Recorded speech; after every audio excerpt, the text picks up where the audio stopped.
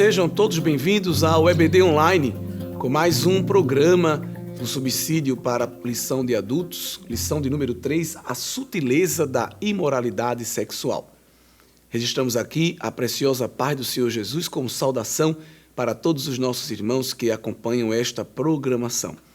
Precisamos mais do que nunca fortalecer as bases da nossa fé e defendê-la diante deste mundo corrompido que tenta degenerar os valores éticos e morais da palavra de Deus. O que não será possível, pois a palavra de Deus é eterna, viva e eficaz, poderosa, e nenhuma convenção cultural conseguirá subtrair o poder da palavra de Deus. Mas precisamos fazer ela ser proclamada, ensinada, para que produza transformação na vida daqueles que abrirem o coração para recebê-la. E esses temas que estamos tratando, irmãos, são temas tidos por polêmicos, mas a palavra de Deus nos dá autoridade para se posicionar diante de todas essas temáticas. Por exemplo, a temática do sexo hoje. O sexo já foi um tabu na sociedade. Hoje já é algo extremamente banalizado. A erotização ou o erotismo infantil é uma realidade. As propagandas de produtos variados com cunho erótico, antigamente era só uma propaganda de lingerie, hoje até propaganda de alimentos e de calçados e qualquer outra coisa tem um forte apelo erótico. E, infelizmente, isso demonstra uma sociedade decaída, depravada, que usa temas que precisavam ser comedidos, a questão do pudor, do equilíbrio, de saber filtrar, até a questão de idades, as faixas etárias. Hoje não há mais esse filtro, infelizmente mostra que a sociedade caminha para um caos. Mas a verdade prática da lição diz que as Escrituras condenam toda forma de prática sexual fora da esfera do casamento constituído por Deus. Precisamos, irmãos, falar sobre sexo. É um tema que precisa ser falado dentro da igreja, em cultos de ensino, em momentos para reunir não só a juventude. Às vezes pensa-se que isso é uma fraqueza da juventude, mas precisamos tratar esse assunto entre os casais, entre irmãos mais maduros. Só não vamos tratar isso com as crianças, é claro, mas precisamos entender que já nas escolas hoje, os nossos adolescentes são bombardeados por uma disfunção do tema e precisamos, como homens, mulheres de Deus, estar trazendo à luz da palavra de Deus qual é a vontade do Senhor para as nossas vidas, também em relação à sexualidade. É importante lembrar que o sexo foi criado por Deus. Deus fez o sexo, né? E é importante que o sexo ele é um conjunto de relações entre o corpo e também entre os desejos da alma, porque o sexo não é apenas um ato mecânico, mas envolve também o desejo, envolve a satisfação, o prazer, que é algo que Deus criou no homem e é veiculado através dos hormônios, através de reações químicas, através das células, das zonas erógenas do corpo, mas quero chamar a atenção que não é algo somente físico, é algo também que envolve, por que não dizer, a alma. E aí é por isso que o inimigo das nossas almas desvirtua a intenção e o propósito para a qual Deus criou o sexo. O sexo foi criado para a glória de Deus também. Não apenas para a procriação, não apenas para a reprodução biológica, mas ao ser o sexo praticado dentro do contexto dos limites aos quais Deus instituiu, também para o prazer, para um bom relacionamento entre o homem e a mulher. A sociedade chama isso de algo antiquado, ultrapassado, engessado, não suporta o posicionamento da igreja quando a igreja defende a prática sexual apenas dentro do casamento entre um homem e uma mulher. O casamento monogâmico, heterossexual e indissolúvel. O comentarista da lição nos presenteia com a temática sobre a revolução sexual. Isso acontecendo já no século XX. Por muito tempo eu disse aqui que o sexo era um tabu e o corpo também. A temática medieval entendia que o corpo era a sede, a residência do inimigo. né, que o corpo ele deveria ser flagelado, mutilado, o corpo deveria ser castigado, pois ele era o recipiente dos desejos ardentes da carne que levavam ao pecado. Isso, infelizmente, foi também um pensamento, uma visão da igreja medieval, uma distorção do propósito de Deus para o corpo. O corpo não foi criado para ser flagelado, para ser castigado, porque ele não é residência do demônio. Pelo contrário, ele é residência do Espírito Santo. E aí Paulo escreve isso de uma maneira tremenda, revelado, claro, pelo Espírito Santo, na primeira carta aos Coríntios, uma igreja que Paulo precisou trazer muitos ensinamentos, pois era uma igreja que, infelizmente, contava com alguns deslizes de imoralidade sexual. E na primeira carta, no capítulo 6, versículo 13, Paulo diz que o corpo não é para a impureza, mas para o Senhor, e o Senhor para o corpo. Mais à frente dirá que este corpo é a sede de residência do Espírito Santo. Então, se o Senhor, ele fez o corpo para ele, e o Senhor também é para o corpo, isso significa apenas que Deus não fez, não é só que Deus não é apenas o criador do corpo, ele também é o Senhor. Ele não só reside em nós, ele preside a nós, ele dirige o nosso ser, inclusive o nosso corpo. A frase meu corpo, minhas regras, do feminismo, não encontra guarida na palavra de Deus, porque nós somos propriedade do Senhor. Não uma propriedade como de escravos, não é? Mas uma propriedade de algo que Deus usa para a glória do seu nome. Algo que dignifica as nossas vidas, né? Que aumenta o valor da humanidade. E é tanta prova de que nós não somos qualquer coisa, que o versículo 20 desse mesmo texto diz que nós fomos comprados por bom preço. Então, não foi a troco de banana, não é algo desvalorizado.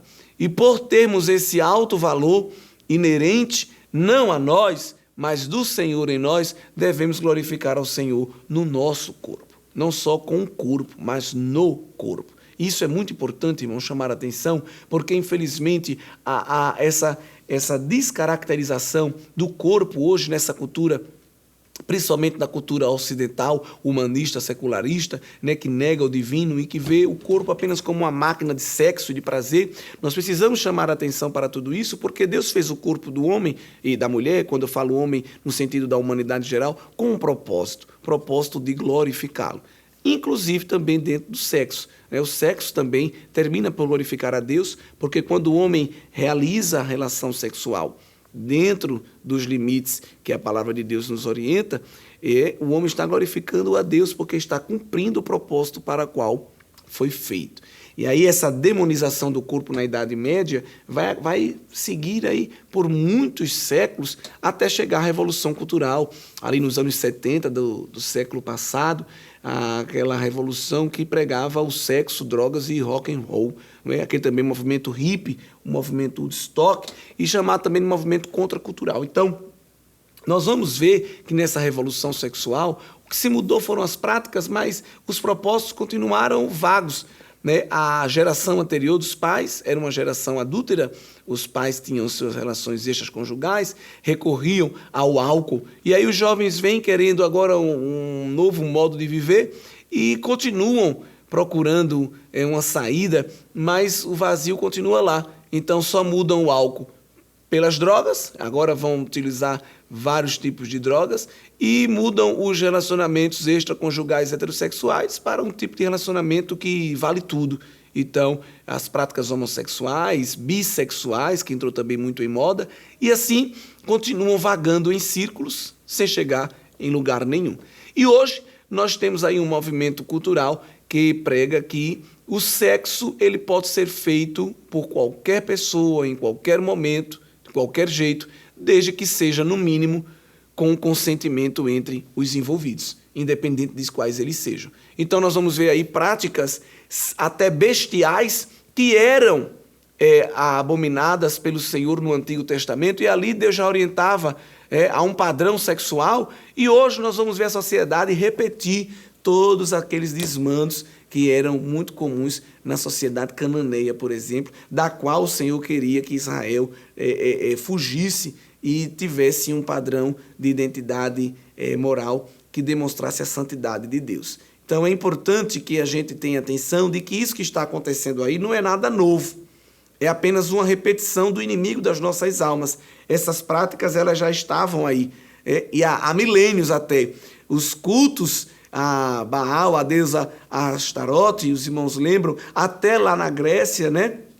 O culto a algumas divindades gregas, romanas, eram regados com muito sexo, e entre homens, entre mulheres, e às vezes eram coisas que a gente até se fica horrorizado quando lê e quando pesquisa e se depara com alguma coisa daquele tipo, de que há tanto tempo atrás já haviam esse tipo de comportamento. E Deus vai nos mostrando na sua palavra que o tempo pode mudar, a moda, as tendências, mas o padrão moral que Deus exige do seu povo continua sendo o mesmo. Algumas pessoas vão dizer que o Antigo Testamento é ultrapassado.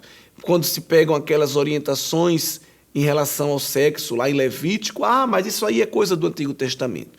Nós também, então, não devemos comer linguiça de porco, nem bacon, porque Deus também proíbe comer porco, então a gente também deve colocar tudo isso em prática. Temos que entender que as leis cerimoniais, as leis civis, de fato, elas eram restritas àquele tempo.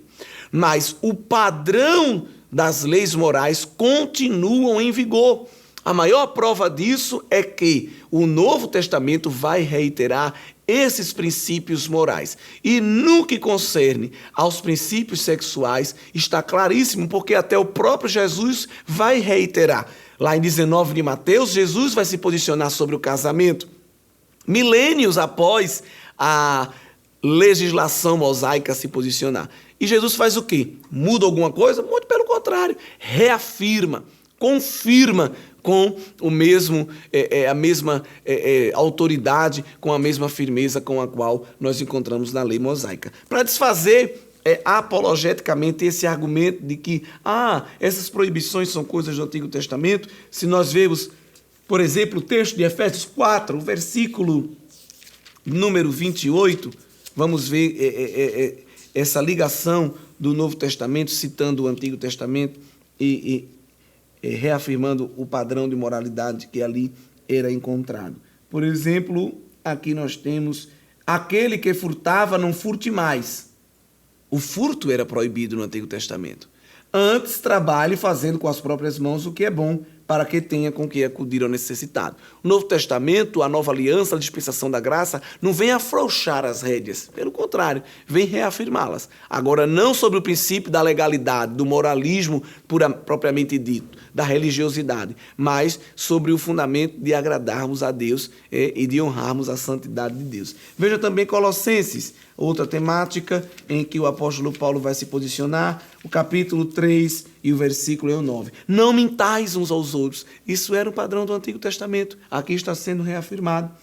Uma vez que vos despistes do velho homem com os seus feitos. Então, observamos que as práticas sexuais do Novo Testamento estão em comum acordo com aquilo que Deus exigia no Antigo Testamento. Não há nenhuma mudança. As pessoas que dizem, isso é coisa do Velho Testamento, nunca leram a Bíblia, nunca leram o Antigo, nem leram o Novo, não leram um livro, um capítulo sequer.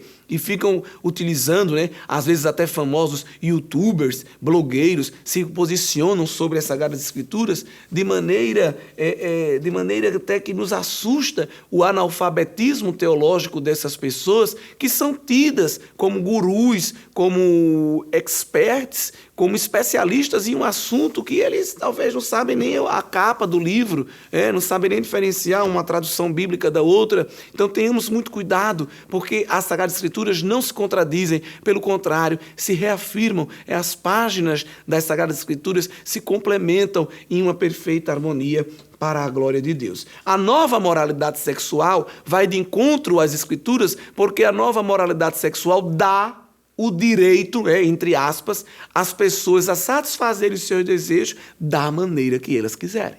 Então as pessoas não suportam a pregação evangelística, a pregação cristã, porque dizem que o cristianismo é uma intromissão. Se intromete nos assuntos pessoais. Aquilo que eu faço entre quatro paredes só diz respeito a mim e ao parceiro, a parceira que acompanha. Essa é a nova moralidade sexual. Isso é o que essa sociedade secularista, humanista, que nega Deus, nega a palavra, nega os padrões éticos e morais, principalmente judaico-cristãos, vão ensinar. Não, se há um consentimento mútuo, então nós devemos estar satisfeitos. E aí nós vamos ver que isso gera muitos problemas, porque é uma sociedade em que, infelizmente, os níveis de divórcio têm aumentado, a prática de relações extraconjugais, o índice de doenças sexualmente transmissíveis, o índice de gravidez precoce e, por conseguinte, o aumento de abortos. Então, veja, queridos irmãos, que uma solução, ou melhor, um posicionamento acarreta toda uma série de problemas na sociedade. Tudo isso por causa de o sexo livre e desimpedido. Numa sociedade onde as relações sexuais ocorrem no contexto familiar entre o marido e a mulher, possivelmente esses problemas seriam quase nulos. E aí nós temos problemas de saúde pública, nós temos problemas judiciais, nós temos problemas, às vezes até de crimes passionais, de pessoas que se vingaram porque foram traídos, porque encontraram o cônjuge numa relação extraconjugal, e são problemas que trazem dores para a sociedade de maneira geral. E é importante salientar de que a igreja, ela, mesmo sendo igreja, não está isenta desses problemas. Esses problemas chegam na igreja. Esses problemas fazem parte, muitas vezes, da rotina assim, da igreja, de pessoas que, infelizmente, caem no pecado, de pessoas que escandalizam a fé, de pessoas que não foram regeneradas, não viveram a verdadeira transformação e trazem para o seio da igreja essas complicações. Não bastasse encontrarmos isso na sociedade. Então, não digamos que a igreja ela é puríssima em relação a isso. A igreja do Senhor, a noiva do Cordeiro, ela se purifica dessas coisas. Aleluia! Ela combate não as pessoas, mas a prática. Isso tem que ser deixado claro aqui nesta introdução que trago para os irmãos, no que seria o tópico 1 da nossa lição. Em relação, queridos, ao segundo tópico, as principais distorções da sexualidade sadia, a lição vai nos trazer 3: fornicação, adultério e homossexualidade. Em relação à fornicação, achei muito interessante porque no contexto evangélico, fornicação é aquela relação sexual antes do casamento. Mas o termo grego não restringe fornicação só a isso, Fornicação, como bem traz o comentarista da lição, ela tem um sentido muito mais amplo, se referindo a qualquer tipo de ato sexual considerado pecaminoso, impuro, incluindo o adultério, a prostituição, as impurezas, Então, nós vamos aqui incluir não só as relações extraconjugais, mas também as relações entre pessoas solteiras, relações ilícitas entre pessoas casadas, as relações ilícitas com animais, com pessoas da mesma família, pessoas do mesmo sexo. Tudo que foge do padrão de sexualidade bíblico seria então considerado, à luz do texto grego, de fornicação. São as impurezas, as imoralidades sexuais. Infelizmente, muitas pessoas distorcem isso quando pensam que o sexo é imoral somente quando ele é feito por uma pessoa casada que está tendo uma relação extraconjugal. E desde que eu for solteiro, eu sou livre e desimpedido para fazer o que quiser. Até pessoas cristãs tomam esse posicionamento errado, Não, eu não estou em adultério, porque eu sou solteiro. Mas aí o texto bíblico, o apóstolo Paulo, quando escreve aos Coríntios, a sua primeira carta, e falo lá novamente do capítulo 6, queridos irmãos, ele está mostrando que quando cometemos alguns desses pecados, estamos levando a impureza não só para aquele que estaria na relação conosco, mas o primeiro a sofrer essa impureza sou eu que estou praticando.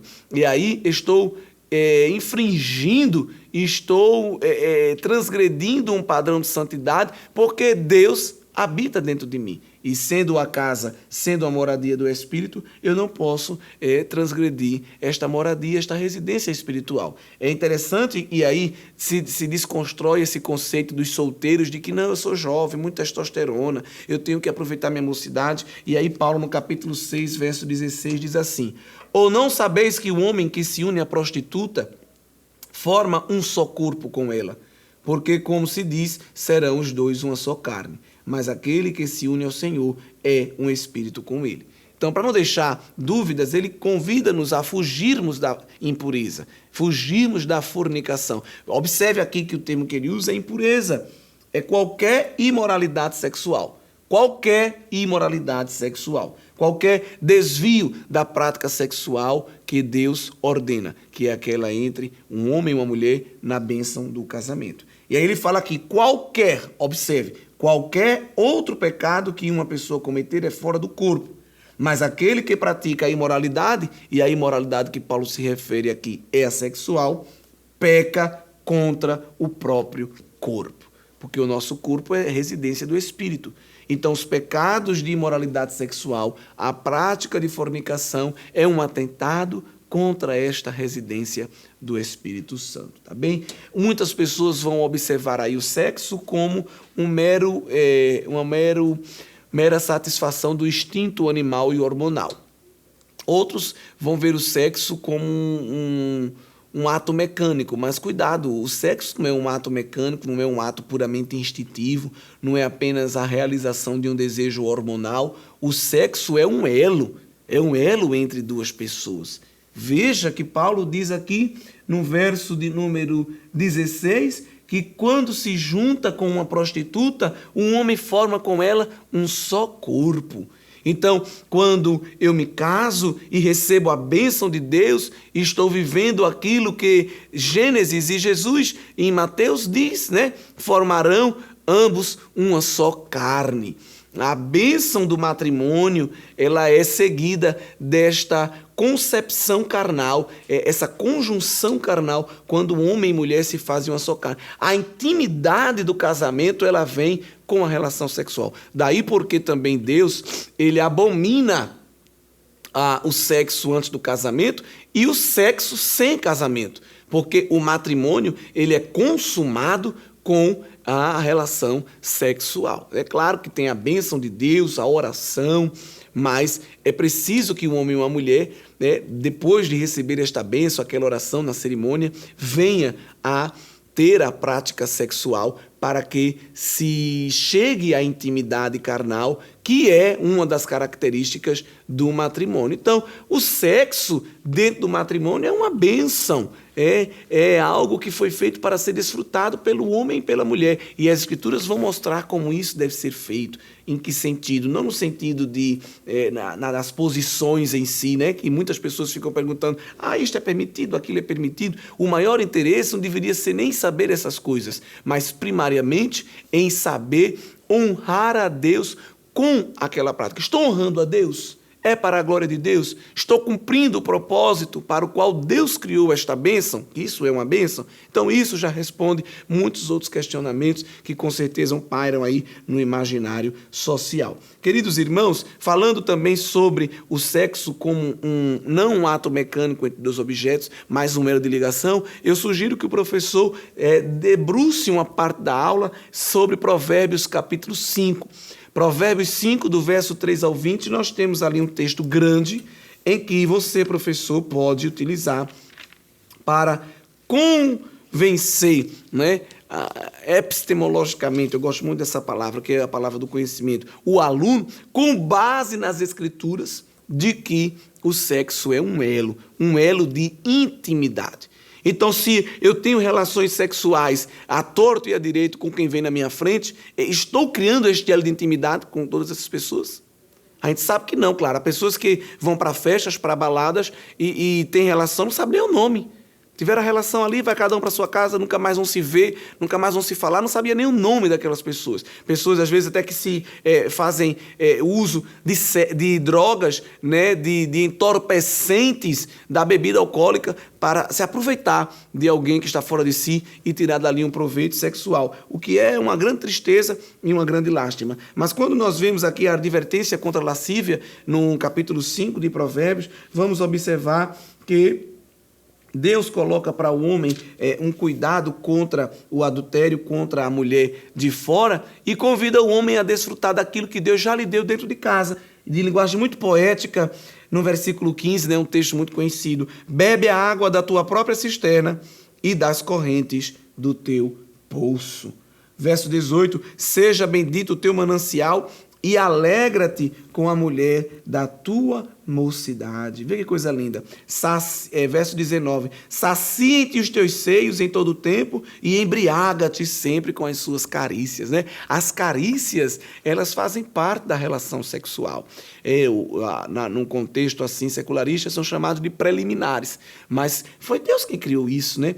Deus presenteou o homem e a mulher com zonas erógenas em todo o corpo, para que ao toque o homem e a mulher já sinta prazer, mas isso regado com um olhar, com um sorriso, com palavras de amor. Foi para isso que Deus fez. E, infelizmente, muitos casais não entendem essa criação divina e distorcem-na. Infelizmente, aqueles que buscam prazer para si apenas e esquecem do cônjuge, o que também é um gravíssimo problema, que muitas vezes é até tratado em encontro de casais, e é um chamado à responsabilidade de que no casamento um deve também se preocupar em satisfazer o outro e não só ser satisfeito por ele. E o adultério muitas vezes vem para preencher alguma dificuldade que houve ali no casamento, uma deficiência que poderia ser tratada no diálogo, na busca por um denominador comum. Mas aí pessoas às vezes querem um subterfúgio para a prática do pecado.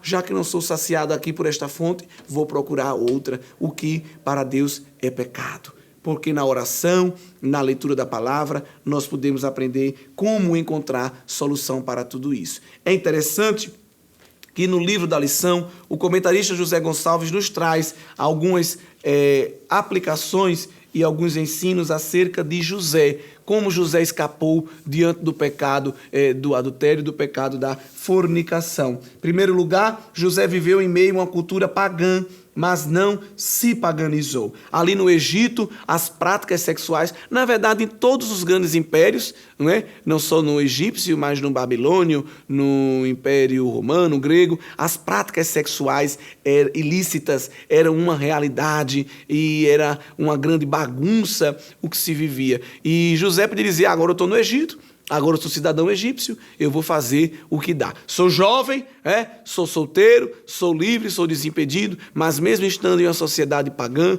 em uma sociedade secular, em uma sociedade carnal, José não se envolveu com aqueles padrões. E são aplicações que o pastor traz no livro de apoio. Em segundo lugar, José tinha tudo o que a cultura admirava: a imagem, o físico, a postura de homem. Era um jovem, era sadio. Lembre-se que ele foi vendido como escravo. Ele com certeza tinha uma boa saúde física, mas não deixou se seduzir por isso. É um preço que muitos pagam, de abismo que muitos entram, porque o corpo, a saúde, a beleza física que Deus lhes deu, usar isso como instrumento de pecado. Através de um elogio que recebem, através de uma olhada, através de algumas propostas indecentes que Satanás usa para mexer com o ego. A pessoa se infla, acredita naquilo e depois o pecado já está consumado. Mas José não se ufanava, não se gloriava de beleza, de força física, da sua virilidade, da juventude, mas olhava evidentemente para o Senhor, buscando ser um jovem crente, buscando ser um jovem que satisfazia a santidade de Deus.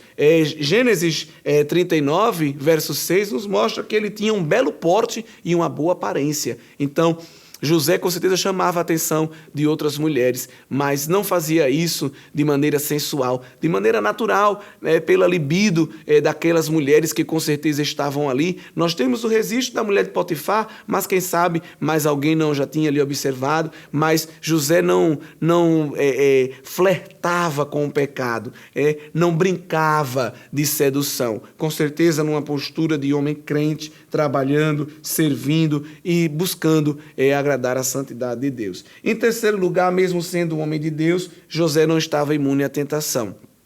Estamos no mundo, são vários estímulos, todo o tempo estamos vendo coisas estranhas ao nosso redor, podem chegar ofertas de Satanás, ninguém é anjo, ninguém está guardado numa cápsula de vidro, mas precisamos estar sempre em oração, na leitura da palavra, em comunhão com Deus, com seu Santo Espírito, para resistir ao dia mau. E nós vamos ver que, em quarto lugar, mesmo vivendo em uma cultura pagã, José possuía sólidos valores morais e espirituais, tinha conhecimento da palavra, tinha comunhão com Deus. Deus já falava com ele em sonhos quando ele estava na casa do pai. Com certeza José continuou os seus devocionais, continuou o seu culto a Deus, continuou com a vida no altar. Este é o segredo, irmãos, para vencermos a imoralidade sexual. Não é simplesmente esta ou aquela técnica, não é botar uma venda nos olhos, é antes fazer um concerto com Deus como Jó. Fiz um concerto com Deus, né? Que meus olhos não vão olhar para uma virgem. Então não precisa botar uma venda, não precisa flagelar o corpo, vou furar os meus olhos para não olhar para mais ninguém. O problema não está aí, está na decisão do coração, nas intenções, na postura. Não, meus olhos estão aqui. A pessoa está na minha frente. Nosso pastor, presidente, sempre diz que um homem não deve olhar para uma mulher como que fosse um pedaço de carne, mas como uma alma carente, necessitada de Deus, como alguém a ser evangelizado. É esta decisão que precisamos tomar. Convidar os nossos olhos a receber este colírio de Deus para ser instrumento da glória de Deus, irmãos. E assim venceremos. Não ficar reafirmando a masculinidade. Eu sou homem mesmo e olho, mas antes de ser homem, antes de ser mulher, nós somos cristãos, nós somos servos de Deus, nós somos templo e morada do Espírito Santo. E em quinto lugar, José, mesmo sendo um homem, fugiu da tentação. E aí nós vamos observar que ele correu porque antes de ser homem, ele era crente e tinha que agradar a Deus. Se assim nós fizéssemos, se assim nós praticarmos, com certeza também, irmãos, escaparemos dessas práticas que desagradam tanto a Deus. Todos estão propensos, mas a diferença entre um e outro é a decisão que se toma. Uns decidem ficar, outros decidem correr. Gostaria ainda de falar um pouco sobre a homossexualidade, que também está dentro da nossa lição e é um tema que hoje, mais do que nunca, tem sido ainda mais falado, mas continua sendo uma grande polêmica. Esse assunto não era tão falado há décadas atrás. A prática sempre houve.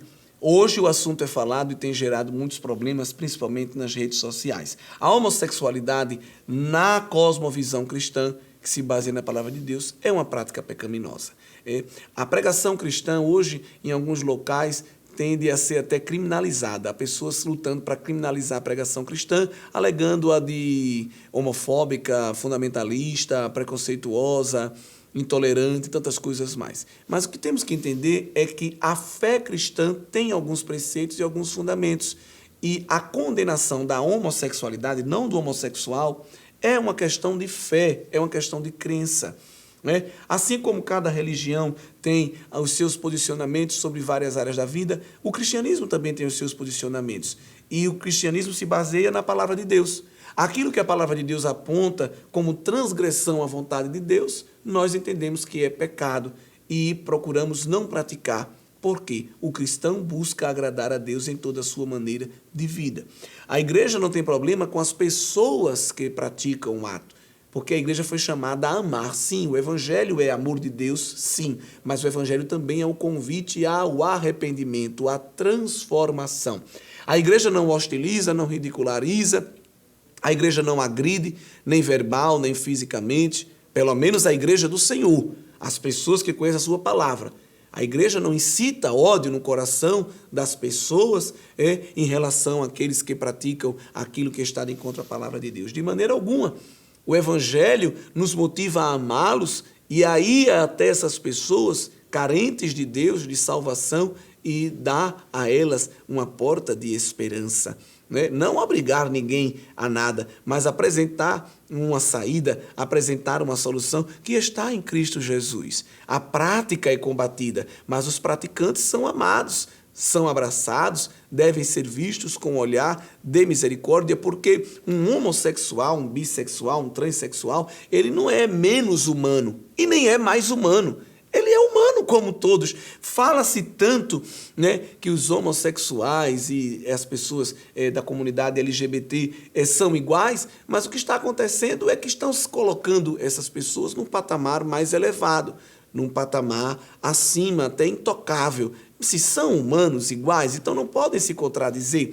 Se são direitos iguais, então nós, como os humanos, temos o direito de nos posicionar acerca da nossa fé, a liberdade de expressão. Mas sabemos que o inimigo das nossas almas não está interessado nisso. Ele está interessado em distorcer a pregação do Evangelho e até mesmo silenciá-la, o que não conseguirá, porque as portas do inferno não prevalecerão contra a igreja do Senhor. Esta prática, a prática da homossexualidade, ela é presente também em toda a história aí da humanidade. Lá em Sodoma e Gomorra já havia registro bíblico de alta incidência de homossexualidade. Tanto que o termo sodomita na Bíblia é um adjetivo que seria pátrio, mas é mais relacionado à pessoa que tem essas práticas de desvios sexuais. Desvios sexuais por quê?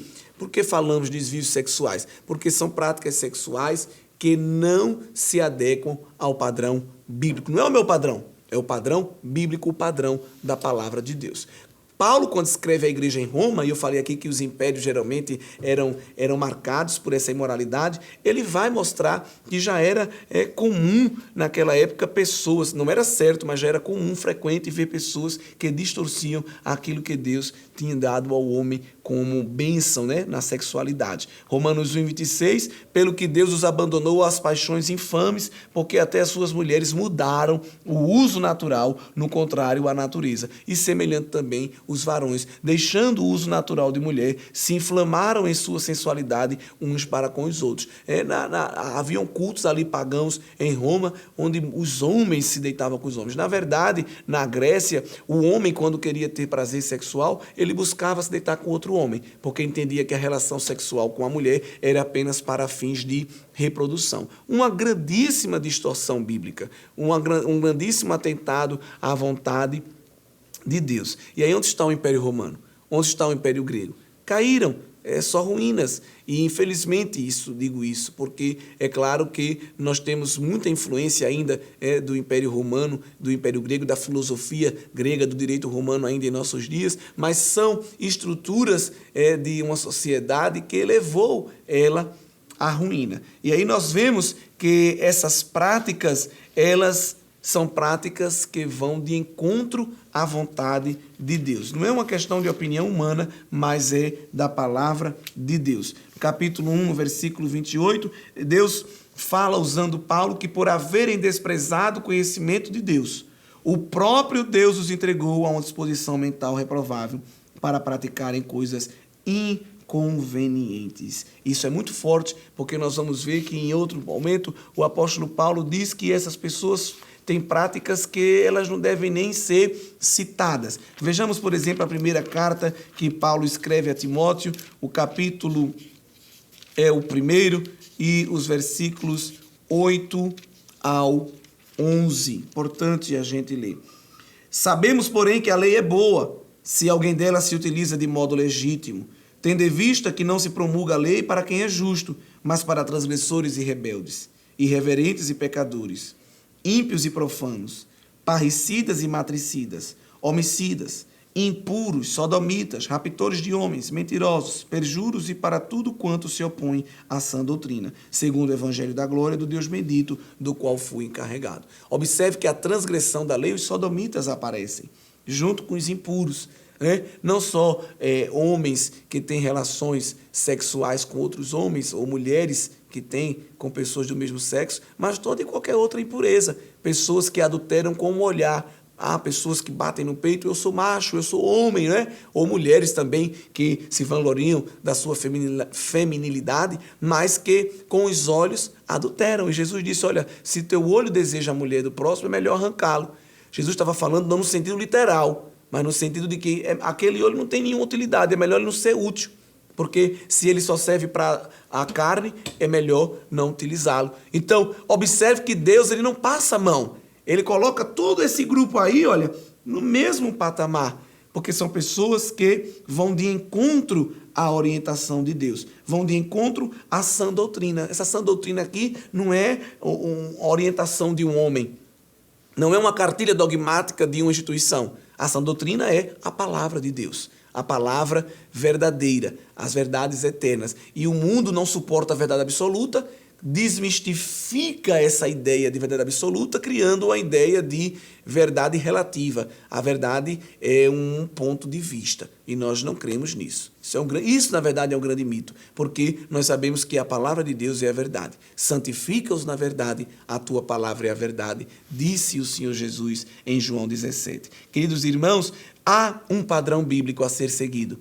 Deus quer que nós o pratiquemos e o ensinemos para uma sociedade mais forte. Forte no sentido dos laços familiares. Nós sabemos dos graves problemas, como eu disse aqui, que a imoralidade sexual tem trazido ao mundo de maneira geral. Nós temos aí doenças que foram propagadas através de relações sexuais ilícitas e ninguém nunca vai poder apagar essa história, né? Práticas ilícitas não somente de um grupo, mas de variados grupos da sociedade, como nós bem sabemos. E aí, quando nós encontramos em Deus este padrão e nós buscamos honrar a Deus com este padrão, nós vamos glorificar ao nome do Senhor, até também através do sexo. Diferente do que Paulo escreve aos Efésios, no capítulo 5, o apóstolo Paulo, sempre que podia, estava trazendo orientações para uma sociedade que era muito influenciada por Roma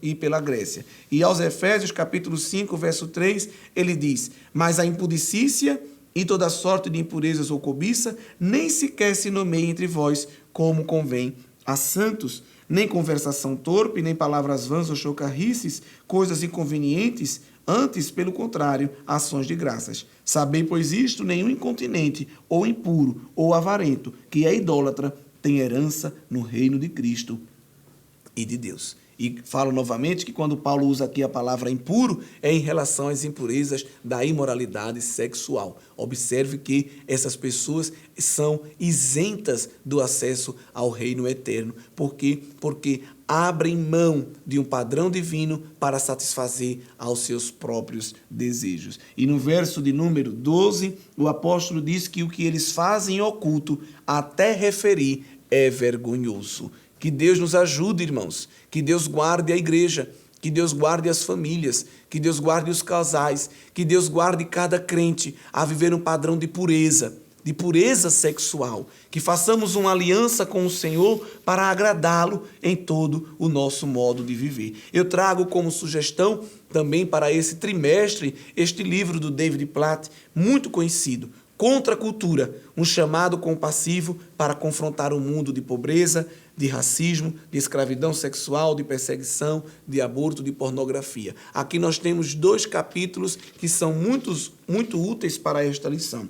O capítulo 5, que fala do evangelho, da escravidão sexual, e o capítulo 7, que fala do evangelho e da moralidade sexual. Aqui nós vamos ver um autor defendendo com base nas escrituras sagradas um padrão de pureza sexual dentro do casamento monogâmico, heterossexual e indissolúvel. Que Deus abençoe, que a sua aula seja uma bênção e que com longanimidade, como diz a palavra, e autoridade, como ensina Paulo escrevendo ao jovem Timóteo, nós possamos defender a nossa fé. Não com gritos, com berros, não vociferando, se impondo com a verdade, mas cheios de graça, para que possamos arrancar pessoas do engano, mesmo que pessoas que talvez a mente já está quase cauterizada, mas o Espírito Santo tem poder para convencê-las e o martelo de Deus é o martelo que esmiuça a penha, a rocha de alguém que está petrificado